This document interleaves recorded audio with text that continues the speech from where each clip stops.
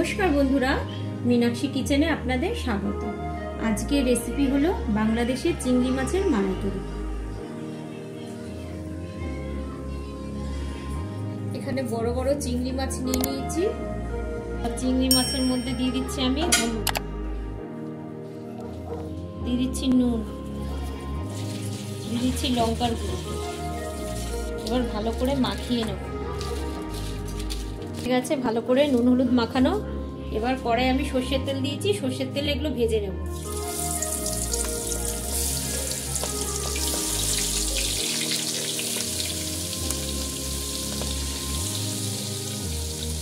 তেলে একদম ভালো করে ভেজে নিতে হবে, লাল লাল করে। এখানে আমি নারকেল নিয়ে নিয়েছি, নারকেলটা একটু জলে সেদ্ধ করে নিয়েছি। এটাকে আমি এবার পেস্ট করে নারকেলের দুধ বার করব। আর এখানে লাগছে আমার, এখানে একটা পেঁয়াজ নিয়ে নিয়েছি কুচিয়ে, এখানে নিয়ে নিয়েছি 4-5 কোয়া রসুন, আর লাগছে কাঁচা পাকা লঙ্কা। নারকেলটা পেস্ট করে নিচ্ছি। এবার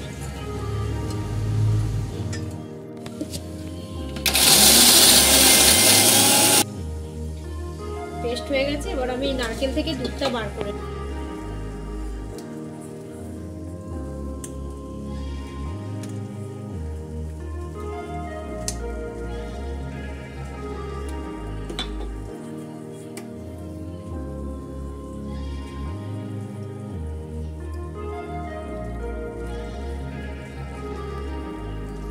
এই যে এরকম করে পুরো নারকেলের দুধটা আমি চেপে চেপে বার করছি। এই নারকেলের দুধটা দিয়ে চিংড়ি মাছের মালাইকারি খেতে দারুণ লাগে। আধ বাটি দুধ বেরিয়ে গেছে। এই যে এবার আমি একটু হাফ পেঁয়াজ বেটে নেব, রসুন বেটে নেব, আর কাঁচা লঙ্কা বেটে নেব। আর এইটা আমি ফোড়নে দেব।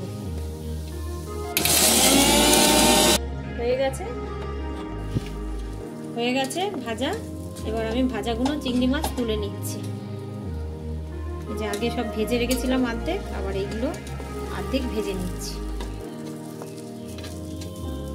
বুঝছেন, এরকম করে চিংড়ি মাছ ভাজলে এরকম চিংড়ি মাছের ফেনাটা ওঠে। ভাজার পরে কিরকম হয়ে গেছে। এবার চিংড়ি মাছের তেলটা আমি এই কড়াইয়ে দিয়ে দিচ্ছি। এবার আমার ফোড়নে লাগছে গোটা দারচিনি দিয়ে দিচ্ছি। এবার লাগছে কালো জিরে, কালো জিরেটাও দিয়ে দিচ্ছি।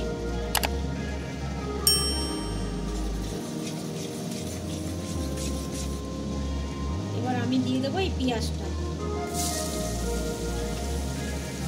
আর যে কাঁচা লঙ্কা রেখেছিলাম এই কাঁচা লঙ্কাটা দিয়ে দিই।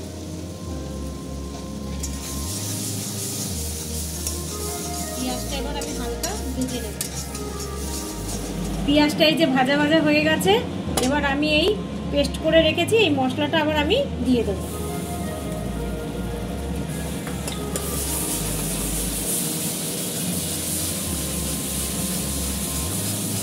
আর আমি এর মধ্যে দিয়ে দিচ্ছি নুন, এবার দিয়ে দিচ্ছি হলুদ, হাফ চামচে দিয়ে দিচ্ছি জিরের গুঁড়ো, দিয়ে দিচ্ছি অল্প একটু ধনের গুঁড়ো, দিয়ে দিচ্ছি একটু কাশ্মীরি কালার।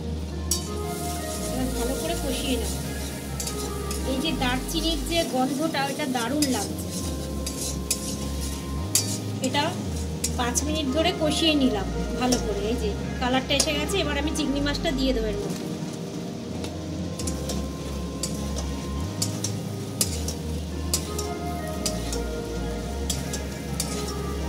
এটা বাংলাদেশের স্টাইলে চিংড়ি মালাইকারি। এবার আমি দুধটা দিয়ে দিচ্ছি, নারকেলের দুধটা।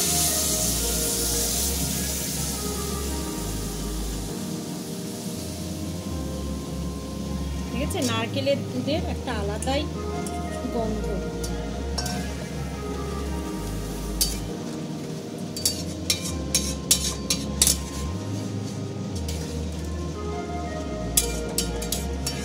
এবার হয়ে গেছে। এবার আমি উপর দিয়ে একটু সর্ষের তেল ছড়িয়ে দেবো। এবার আমি 5 মিনিটের জন্য ঢাকা দিয়ে দিচ্ছি। 5 মিনিট হয়ে গেছে।